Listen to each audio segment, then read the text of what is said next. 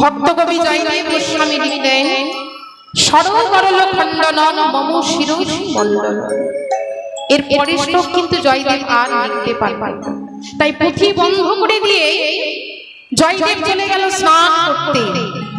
এদিকে ভক্তির ভগবান মনে মনে চিন্তা করছে, বলে বলে জয়দেব, পরের অংশ পূর্ণ করতে তুমি লজ্জা বোধ করছো জয়দেব। তাই ভগবান কি করেছে বাবা, সেই জয়দেবের রূপ ধারণ করে একেবারে জয়দেবের কুটিরে এসে ডাক দিচ্ছে। এসে বলছে পদ্মা পদ্মা। পদ্মাবতী বলছে, কি তুমি তো এই মাত্র স্নানে গেলে, এত তাড়াতাড়ি করে ফিরে? জয়দেব বলছে, পদ্মা জানো, যেতে যেতে আমার একটা অসম্পূর্ণ শ্লোক মনে পড়ে গেল, ভাবলাম যদি আমি ভুলে যাই, তার জন্যই আমি ফিরে এলাম। এই বলে ভক্তির ভগবান নিজের হাতে সেই অসম্পূর্ণ শ্লোককে পূর্ণ করে দিলেন। দেখি পদ পল্লব মুদার, সেই অসম্পূর্ণ শ্লোক পূর্ণ করে এবার পদ্মাবতীকে বলছে, শোনো পদ্মা, তুমি এক কাজ করো, এবার তুমি আমার সেবার ব্যবস্থা করে দাও দেখি পদ্মা। পদ্মাবতী বলছে, কিন্তু স্বামী, এখনো তো আমাদের রাধা মাধবের সেবা হয়, তুমি তো রাধা মাধবকে সেবা না দিয়ে সেবা করো না, তাহলে আমাদের রাধা মাধবের এখনো সেবা হয়, তুমি সেবা করবে। জয়দেব বলছে, পদ্মা, ও পদ্মা, মনে করো আজ আমি তোমার রাধা মাধব। এই বলে পদ্মাবতী ভক্তরূপী ভগবানকে সেবা করিয়ে শয়ন কক্ষে রেখে নিজে যখন সেই প্রসাদ বদনে দিয়েছে, এমন সময় দ্বারে এসে ডাক দিচ্ছে জয়দেব।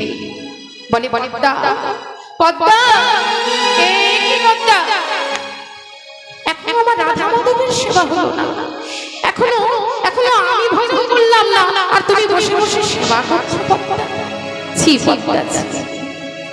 পদ্মাবতী এক দৃষ্টি চেয়ে আছে স্বামীর পানে। কি এ যে আমার ঘরেও স্বামী, আমার বাইরে স্বামী, তাই বাইরে স্বামী, এ যে আমার ঘরে স্বামী, আমার বাইরে স্বামী, আমার ঘরেও স্বামী, বাইরে স্বামী, আমি নারী কিছু বুঝতে নারী, এ যে আমার ঘরেও স্বামী, আমার বাইরে স্বামী, আমি নারী কিছু বুঝতে পারি, এ যে আমার ঘরে স্বামী, বাইরে স্বামী। পদ্মা, তুমি কি বলছো পদ্মা, ঘরেও স্বামী বাইরেও স্বামী, আমি কিন্তু কিছু বুঝতে পারছি না।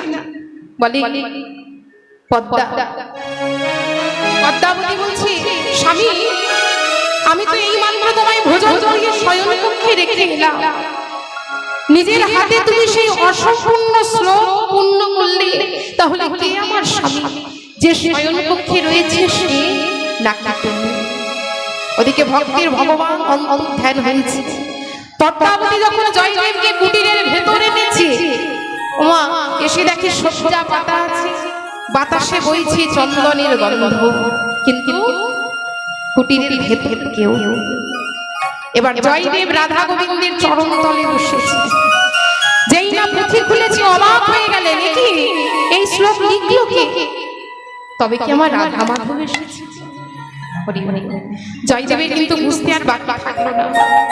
জয়দেব পদ্মাবতীকে বলছে, পদ্মা, তুমি ধন্য পদ্মা, ধন্য তোমার প্রতি সেবা, ধন্য এই কেন্দ্রবিল্ল গ্রাম, ধন্য এই বীরভূমির মাটি। পদ্মা, আজ তুমি আমার রাধা মাধবের দর্শন পেয়েছো পদ্মা, আর আমার রাধা মাধবকে তুমি নিজের হাতে সেবা দিয়েছো। ধন্য তুমি পদ্মা। ওগো পদ্মা, ভগবান ভোজন করলে হয় প্রসাদ, আর ভক্ত যদি ভোজন করে হয় মহাপ্রসাদ। নিতাই গৌর প্রেমানন্দে হরি বল। ওগো পদ্মা, ওই প্রসাদ তুমি একাই পেও না, দাও দাও প্রসাদ আমায় দাও গো। দাও দাও প্রসাদ আমায় দাও গো।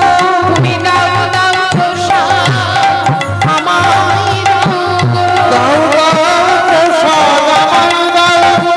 আমি প্রসাদ পেয়ে ধন্য হব, দাও দাও প্রসাদ আমায় দাও গো। আমি প্রসাদ দিয়ে ধন্য হব, দাও দাও প্রসাদ আমায় দাও গো। আমি প্রসাদ পেয়ে ধন্য হব, তুমি দাও দাও প্রসাদ আমায় দাও গো। প্রসাদ দিয়ে ধন্য হব, দাও দাও প্রসাদ আমায় দাও গো। এবার গোবিন্দ অনেক মান সাধনা করেছে, কিন্তু দেখুন বাবা, আমার রাধারানীর মান কিন্তু আর ভাঙছে না। কোন উপায় না পেয়ে আজ গোবিন্দ নিজের হাতে ওই রাধারানীর চরণ দুটি জড়িয়ে ধরেছে। নিজের হাতে রাধারানীর চরণে ধরে রাধারানীকে বলছি, ও রাধে, তুমি আর মান করে থেকো না রাধে, তুমি একবার চেয়ে দেখো, আমি তো তোমার কাছে এসেছি রাধে, তুমি আর অমন করে মান করে থেকো না। কিন্তু মাগো, গোবিন্দ রাধারানীর চরণে ধরল, তাও রাধারানীর মান ভাঙল না। কারণ রাধারানী যে অন্তর থেকে স্বয়ং কৃষ্ণকে দেখছিলেন। কোন ভক্ত যদি অন্তর থেকে ভগবানকে দেখে, তার কি বাইরে ভগবানকে দেখার কোনো প্রয়োজন পড়ে বাবা? হ্যাঁ, রাধারানী যে অন্তর থেকে কৃষ্ণকে দেখছে, এবার অন্তর থেকে যখন কৃষ্ণকে দেখছেন, ওই বাইরে কৃষ্ণকে দেখার কোনো প্রয়োজন রাধারানীর মনে করে না। এবার গোবিন্দ কি করেছে, গোবিন্দ যখন জানতে পেরেছে যে রাধারানী অন্তর থেকে তাকে দর্শন করছে, গোবিন্দ রাধারানীর সেই অন্তরের কৃষ্ণকেই নিয়েছে হরণ করে। আর অন্তরের কৃষ্ণকে যখন হরণ করে নিয়েছে, রাধারানীর কিন্তু আর মান নেই। মান গিয়ে এবার এলো বিরহ।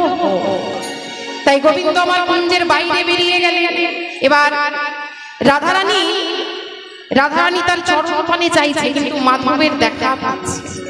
তাই সখীগণকে ডেকে বলছে, ললিতা, হরি হরি শাখা, কোথায় আমার মাধব? আমার মাধব আমার কাছে আসেনি, কোথায় আমার প্রাণনাথ? আমার প্রাণনাথ আমার কাছে আসেনি ললিতা। ললিতা বলছে, হ্যাঁ রায়, তোর মাধব এত করে তোর চরণ দুটি ধরে মান সাধনা করলো, তুই একটিবার মুখ ফিরে চাইলি, এখন বলছিস আমার মাধব আসে। রাধারানী বলছে, ওরে ললিতা, আমি না হয় মান করেছিলাম, কিন্তু তোরা তো কেউ মান করিস। বল না ললিতা, তোরা কেন আমার প্রাণনাথকে যেতে দিলি? আমার মাধবকে তোরা কেন আটকে রাখলি না? আর আমি যে আমার মাধবের সাথে আদর সাথে মান করেছিলাম, বল ললিতা বল, এখন আমি কি করব, তোরাই হয় বলে দে। ললিতা বলছে, শোন রায়, তুই আবার এই কুঞ্জের মধ্যে মান করে বস, দেখবি আবার তোর প্রাণনাথ এসে তোর মান ভাঙবে। বলে, না রে সখী, না, আর আমায় বাক্যবাণে দগ্ধ করিস না। ঠিক এমন সময় মিলনের বৃন্দাবনে এসে বলছে, ওরে ওরে ললিতা, বিশাখা, তোরা আমার রায়ধনীকে তুই আন্দাজ না? ওরা কি হয়েছে আমাদের বল, আমরা তো প্রেমের কারিগর, তা এরও প্রেম আমরা কত ভেঙেছি আর কতই গড়েছি, শুধু একটি বার বলে দে আমাদের কি করতে হবে। তখন রাধারানী বলছে, ওরে বৃন্দা, তুই আমার মাধবের সাথে আজকে আমায় মিলিয়ে দিতে পারবি বৃন্দা? যদি মাধবের সাথে আজ আমায় মিলিয়ে দিতে পারিস, আমি তোকে কথা দিলাম, তুই আমার কাছে যা চাইবি আমি তোকে তাই দেব। বৃন্দা বলছে, তাই নাকি রায়? আমি তোর কাছে যা চাইবো তুই আমি তাই? মানে হ্যাঁ তাই। তখন বৃন্দা বলছে, আচ্ছা রায়, আমি তোর মাধবকে তোর সাথে মিলিয়ে দিলে যদি তোর মাধবকেই তোর কাছ থেকে চাই, কি রে রায়, তুই কি তোর মাধবকে আমায় দিবি? রাধারানী বলছে, না রে, ওরে ও বৃন্দা, মাধবকে বাদ দিয়ে তুই অন্য কিছু চা, আমি তোকে দেব, কিন্তু আমার মাধবকে আমি তোকে দিতে পারবো না। বৃন্দা বলছে, আরে এই ত্রিজগতে মাধবের চাইতে আর কি আছে যা তোর কাছে আমি চাইবো? বেশ, তবে শোন রায়, আমি তোকে কথা দিলাম যে মাধবের সাথে আজ আমি তোকে মিলিয়ে দেব, কিন্তু তুই আমায় একটা জিনিস দিস রায়। রাধারানী বলছে, বল বৃন্দা, তোর কি চাইব? তখন বৃন্দা যদি রাধারানীর চরণ দুটি ধরে বলে, ওগো রাধে, যেন যুগল পদে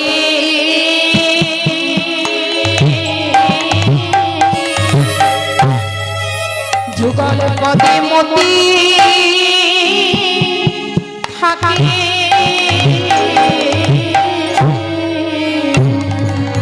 যেন যুগ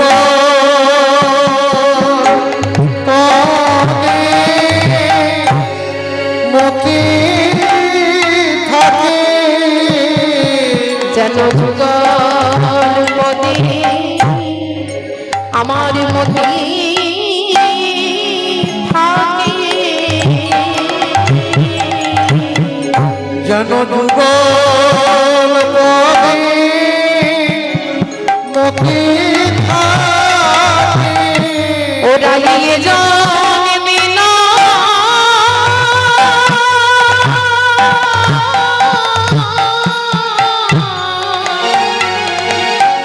রাধে জন্মে জন্মে অপরাধী দুর্গা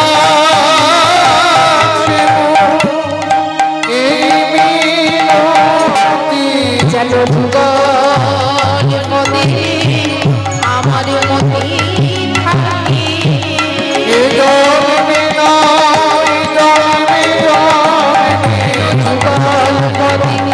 আমার মতি থাকে,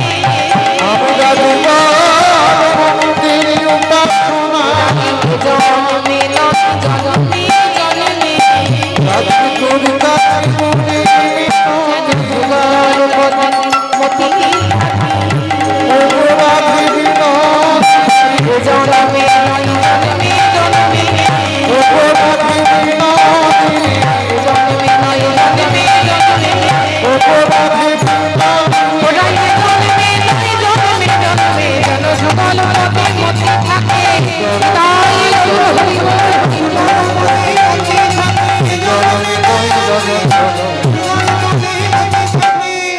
যেন যুগ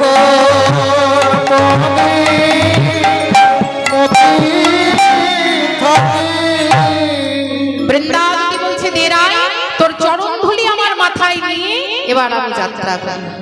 তাই বৃন্দাবতী রাধারানীর চরণে প্রণাম জানিয়ে এবার চলেছে গোবিন্দের সন্ধান। ওমা, সব জায়গায় গোবিন্দের খোঁজ করেছে, কিন্তু গোবিন্দের দেখা কোথাও পাচ্ছে না। হরি হরি, যেখানে ধেনু চড়ছে সেখানেও গেল, কিন্তু ওখানেও গোবিন্দ নেই। এবার সব জায়গায় খোঁজার পর যখন যমুনার তীরে বৃন্দা গেছে, সেই যমুনার তীরে গিয়ে দেখে ধুলোয় গড়াগড়ি দিয়ে রাধা রাধা বলে আজ গোবিন্দ কাঁদছে। এবার বৃন্দাবতী যখন সেই যমুনার তীর দিয়ে যাচ্ছে, গোবিন্দ মনে মনে চিন্তা করছে, বৃন্দাটা কি কামাই নিতে এসেছে। তাই গোবিন্দ তার অঙ্গের ধুলাবালি ঝেড়ে তাড়াতাড়ি করে উঠে বসেছে, বলে, ও বৃন্দা, বৃন্দা, এই যে আমি এখানে বৃন্দা। বৃন্দা বলছে, কে গো তুমি? তোমার এত বড় সাহস, এই প্রথমতে তুমি আমার নাম ধরে ডাকছো, কে তুমি? সে কি বৃন্দা, তুমি আমাকে চিনতে পারছো না? বলি, আমি যে তোমাদের শ্যাম ভঙ্গ। ও, তুমি আমাদের শ্যাম ভঙ্গ? তাই বলি, কার এত বড় সাহস এই প্রথমতে আমার নাম ধরে ডাকছো? আচ্ছা আচ্ছা স্যার, তুমি কি কিছু আমায় বলবে? গোবিন্দ চিন্তা করছে, বৃন্দা কি তাহলে আমাকে নিতে আসে? আচ্ছা বৃন্দা, তুমি কি আজ কোনো কাজে চলেছো নাকি বৃন্দা?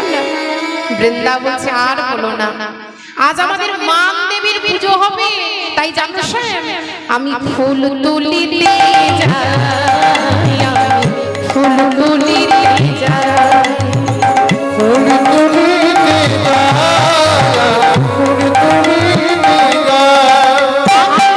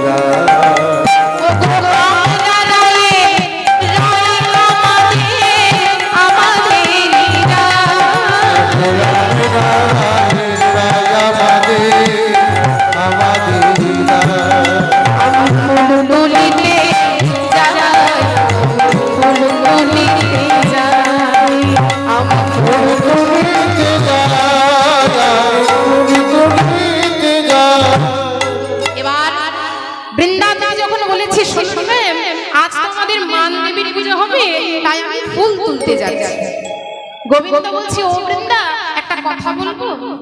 বলে, বলো, কি বলবি? আচ্ছা বৃন্দা, এই বৃন্দাবনে তো সবাই আমাকে নীলকমল বলে ডাকে, তা আমি কি বলি? তুমি আমাকে নিয়ে চলো না, আমি তোমাদের মান দেবীর পুজোই ডাকি। বৃন্দা বলছে, শোনো শ্যাম, ও শ্যাম, বলি এই ঝড়া ফুলে যে আর পুজো হবে না। তাই শোনো শ্যাম, এবার আমার দেরি হয়ে যাচ্ছে, এবার আমি চললাম। বৃন্দা যদি চলে যাবে, এমন সময় গোবিন্দ পথ আটকে দাঁড়িয়ে বলে, দাঁড়াও বৃন্দা, আমার একটা কথা তুমি শুনে যাও। নাও বলো, কি বলবি একটু তাড়াতাড়ি করে। গোবিন্দ বলছে, বৃন্দা তুমি আমার রাধারানীর সাথে আজ আমায় মিলিয়ে দিতে পারবে বৃন্দা? বৃন্দা বলছে, ও এই কথা, এর জন্য এতক্ষণ থেকে তুমি আমায় মানছিলে? আচ্ছা বেশ, ও শ্যাম, আমি তোমাকে রায়ধনীর সাথে মিলিয়ে দেব, কিন্তু শ্যাম, রায়ধনীর সাথে মেলাতে হলে এই বিষয়ে তো মেলানো যাবে না। আমাদের রাধারানীর সাথে মেলাতে হলে তোমাকে এক নতুন বেশে সাজতে হবে, আর সেটা হলো ওই যোগী বেশ। তুমি যদি যোগী বেশে সাজসজ্জা করতে পারো, তাহলে কথা দিলাম আমাদের রাধারানীর সাথে তোমাকে মিলিয়ে দেব। বলে, কিন্তু এই যমুনার তীরে আমি যোগী বেশ কোথায় পাবো? বৃন্দা বলছে, সে কিসে তোমার আমার যোগী বেশের অভাব? তোমার গুরুদেব তো স্বয়ং যোগী, তুমি তোমার গুরুদেবকে স্মরণ করো, সেই সময় যোগী বেশ দিয়ে যাবে। তাই গোবিন্দ সেই যমুনার তীরে যমুনার জল আর তল শ্যাওলা দিয়ে স্মরণ দিলেন কৈলাসপতি ভোলানাথ। ওম শিবায় শান্তায়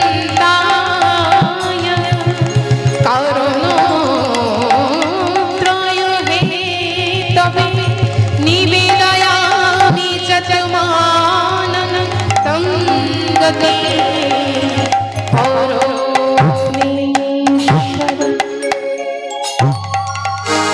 এবার ভোলানাথের উদ্দেশ্যে যখন গোবিন্দ অঞ্জলি দিয়েছে, ওদিকে কৈলাসে হরগৌরী বসেছিল বাবা। গোবিন্দের দেওয়া অঞ্জলি যখন ভোলানাথের মাথায় গিয়ে পড়েছে, পার্বতী বলছে, সে কি প্রভু, আমি তো জানি তোমার ভক্ত তোমায় বিল্বপত্রে অঞ্জলি দেয়, বেলপাতায় অঞ্জলি দেয়, তা এই ভক্ত দিল জল শ্যাওলা, হ্যাঁ, তাও কিনা তোমার চরণে না পড়ে একেবারে মস্তকে গিয়ে পড়েছে। ভোলানাথ বলছে, জানো পার্বতী, এ হলো আমার গুরুদেবের দেওয়া অঞ্জলি। আমার গুরুদেব আমাকে স্মরণ করেছে, আমায় আমার বৃন্দাবনে যেতে হবে, আমার গুরুদেবের যোগী বেশের প্রয়োজন। তাই পার্বতী বলছে, বেশ প্রভু, তাহলে চলো আমিও তোমার সাথে যাই সেই বৃন্দাবন। তাই হরগৌরী যুগলে এসে দাঁড়ালেন বৃন্দাবনে। এবার পার্বতী বৃন্দাকে জিজ্ঞাসা করছে, আচ্ছা আচ্ছা বৃন্দা, তোমাদের গোবিন্দের হঠাৎ করে কেন যোগী বেশের প্রয়োজন হলো? বৃন্দা বলছে, জানো মা, আমাদের রাধারানী মান করেছে, তা গোবিন্দ অনেকভাবে রাধারানীর মান ভাঙানোর চেষ্টা করেছে, কোনো উপায় না পেয়ে একেবারে নিজের হাতে চরণেও ধরেছে, কিন্তু তাও রাধারানীর মান ভাঙেনি। তাই গোবিন্দ আজ সেই যোগী বেশে সাজসজ্জা করে, যোগী বেশ ধারণ করে আমার রায়ধনীর মান ভাঙা। পার্বতী বলছে, কি বললে বৃন্দা? বলি, তোমাদের রাধারানীর সাহস তো কম নয়, হ্যাঁ, আমাদের স্বামীকে দিয়ে আবার পায়েও ধরে হচ্ছে। বৃন্দা বলছে, ও মা, তুমি তো বেশ বড় বড় কথা বলছো মা। বলি, তোমাদের তো বড় বড় ঘর, তাই বড় বড় কথাগুলো সব ধামা চাপা পড়ে যায়, আর আমাদের ছোট ছোট ঘর, তাই ছোট ছোট কথা ওই মাঠে ঘাটে সব জায়গায় রটে যায়। পার্বতী বলছে, বৃন্দা, তোমার কথা আমি কিচ্ছু বুঝতে পারলাম না। বৃন্দা বলছে, মা, তাহলে তোমায় একটু বুঝিয়ে বলি। ও মা, যেদিন সহস্রচন্দ্র রাবণকে বধ করে ওই ভোলানাথের বুকের মধ্যে পা রেখেছিল, তা তুমি একটু বিচার করে বলো দেখি মা, পদ দেওয়া ভালো নাকি পদ ধরা ভালো? পার্বতী দেখছি বৃন্দার সাথে তো কথাই আমি কোনো মতে পারবো না। বলে, বেশ প্রভু, এবার আমরা গোবিন্দকে যোগী বেশ দিয়ে চলো আবার আমরা কৈলাসে যাই। তাই হরগৌরী দুজন মিলে আজ সুন্দর করে গোবিন্দকে যোগী বেশে সাজিয়ে দিল। আর যোগী বেশে সাজিয়ে তারা আবার কৈলাসে ফিরে গেল। এবার গোবিন্দ আমার সেই যোগী বেশে সুন্দর করে সাজসজ্জা করেছে। মা কেমন ভাবে সাজিয়েছে? আজ চাচর চিকুরো কিসে দেখো জটা পাতায় তবে নিবাস